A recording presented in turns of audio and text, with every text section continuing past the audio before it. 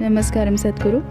मैं जीवन में बहुत सी चीज़ें करना चाहती हूँ पर मैं आलसी हूँ। मैं कैसे इस आलस से छुटकारा पाकर हमेशा प्रेरित आपको प्रेरित कैसे किया जाए? देखिए, जब आपकी कार स्टार्ट नहीं होती तो किसी को धक्का लगाना पड़ता है। एक बार ये चलने लग गई, उसके बाद हमें इसे धकेलते रहना नहीं पड़ता, ये अपने आप चलेगी। हम आपको ऐसे तरीके सिखा सकते हैं, जब आप इन्हें खुद का एक हिस्सा मानने लग जाएंगे तभी आपको प्रज्वलित कर देंगे। आपको किसी के प्रेम में पड़ना पड़ेगा या किसी चीज के। अगर आपको कोई नहीं मिला तो आपको किसी चीज से प्रेम करना पड़ेगा। कोई चीज जो आपके लिए कुछ मायने रखती हो, तब आप सुबह उठेंगे। कुछ भी आपके लिए कुछ मायने नहीं रखता तो सुबह उठने की वजह क्या होगी? प्रेम कैसे हो? जब पहली बार शिव योग सिखाना चाहते थे तो उनकी पहली शिष्य, जो कि उनकी ही पत्नी पार्वती थीं, वो बहुत उत्सुक थीं उस परम ज्ञान तक पहुंचने के रास्ते को जानने के लिए, क्योंकि वो शिव को एक अद्भुत जीव के रूप में देखती थीं और वो उनकी ही तरह बनना चाहती थीं। उन्होंने पूछा, कैसे? मैं कुछ भी करने के लिए तैयार हूं।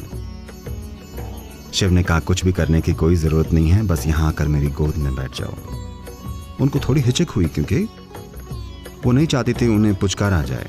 मैं उस परम ज्ञान को प्राप्त होना चाहती हूं। शिव ने कहा, आओ और बस आराम से यहां बैठ जाओ। वो बैठ गईं। शिव उन्हें अपने करीब ले आए, अपनी जरूरतों के लिए नहीं, उनके लिए।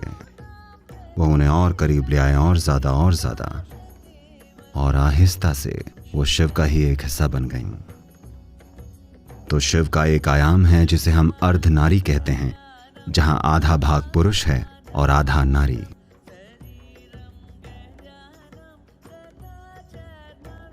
ये तस्वीरें आपको ये बता रही हैं कि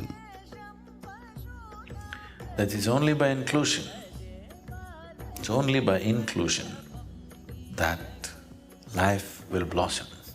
समावेश से ही, सिर्फ अपने में शामिल करने से ही ये जीवन खिलेगा। अगर आपको किसी चीज को खुद में शामिल करना है तो आप में खाली जगह होनी चाहिए, है ना?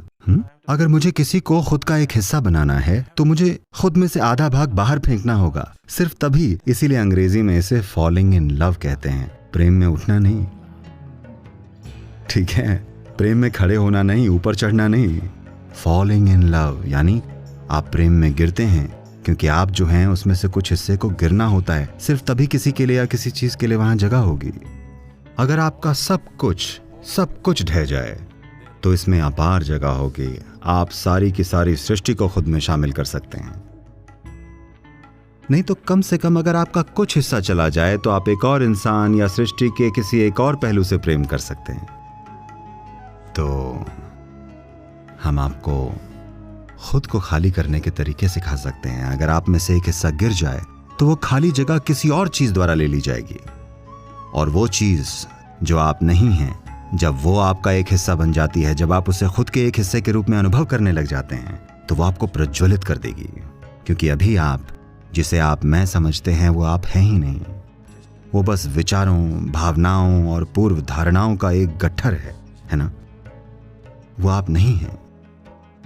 तो आप वाकई जो हैं वो अब तक आपके अनुभव में ही नहीं आया है। तो आपको प्रेरित कैसे किया जाए?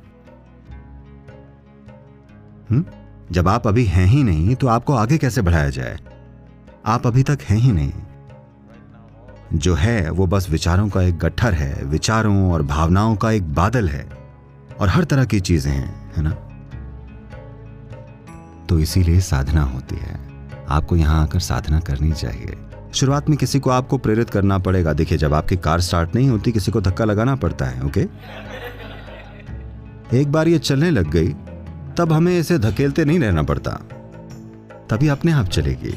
तो शुरुआत में थोड़ा धक्का लगवाने में कोई हर्ज नहीं है। हर किसी को थोड़े धक्के की जरूरत पड़ती है। बहुत कम ही लोग होते हैं जो पहले ही स्टेप से खुद को चला सकें। अधिकतर को धक्का लगाना पड़ता है, बीच बीच में एक आध किक यहाँ वहां, बाकी वो कर लेंगे।